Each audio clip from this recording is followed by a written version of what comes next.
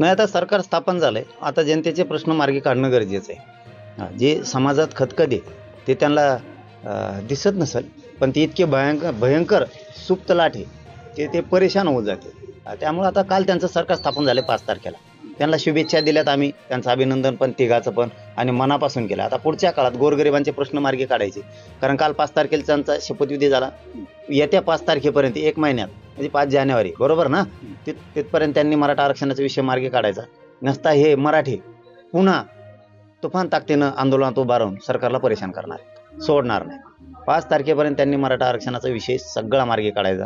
83 क्रमांकाला मराठा आणि कुणबी एक आहे, तोही विषय मार्गी काढायचा. 2004चा अध्यादेश आहे, त्याच्यातही दुरुस्ती करायची. त्यांनी सगळेश्वरीची अंमलबजावणी सुद्धा करायची. आणि हैदराबादच्या गॅजेटचं, सातारा संस्थांचं, बॉम्बे गव्हर्नमेंटचे हे तिन्ही गॅजेट, लाखो पोरांवरती केसेस झालेले आहेत, त्या मागं घेण्याचे जे आपल्या 8-9 मागण्यात पूर्वी सरकारकडे दिलेलं हेच सरकार होतं, त्यांनी त्या पूर्ण मार्गी काढायच्या. नसता पुन्हा मराठ्यांच्या सामोरं त्यांना जायचं, हे मात्र त्यांनी लक्षात ठेवायचं. भापीत गुरमीत मस्तीत जगायचं नाही.